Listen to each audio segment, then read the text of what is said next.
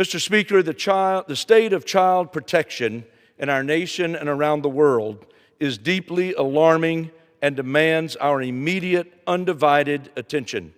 Sadly, in today's world, in today's age, child sexual abuse material, better known as CSAM, has never been more prevalent. According to a study from February of 2025, 1 in 12 children worldwide have been subjected to online sexual exploitation or abuse. Even more troubling, the vast majority of child sexual abuse, over 90% in many documented cases, is perpetrated by someone the child knows or is related to, whether family members, trusted adults, or acquaintances. These are not distant strangers. They are often people with direct access to our children, making the betrayal all the more heartbreaking. We in Congress have a duty to act decisively.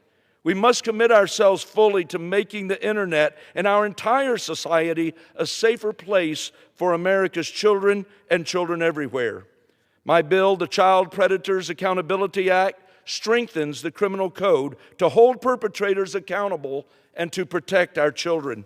Under current law, the definition of sexually explicit material requires that a child be engaged in sexually explicit conduct for the material to qualify.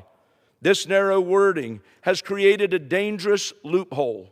In one egregious case, a defendant produced a sexually explicit video that included a child who was merely present, passive and not actively participating. Because the child was not deemed to be, quote, engaged in, end quote, the act, the conviction for distributing CSAM was overturned. The predator was let off the hook for using a child due to a technicality in the statute. Mr. Speaker, this cannot stand.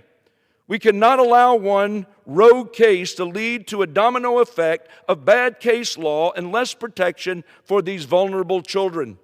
No predator should escape accountability simply because they included a minor in the frame but did not physically touch or direct them in the explicit conduct. Such content is profoundly abusive. It exploits the child's presence, dignity, and vulnerability for depraved purposes.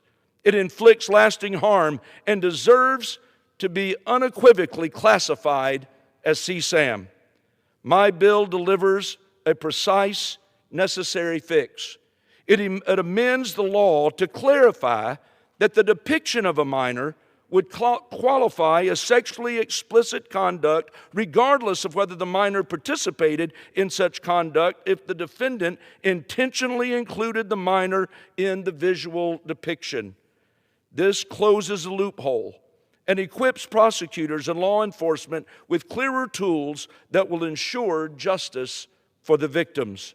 The Child Predators Accountability Act is a straightforward, common sense measure that will help hold exploiters accountable and prevent future abuses.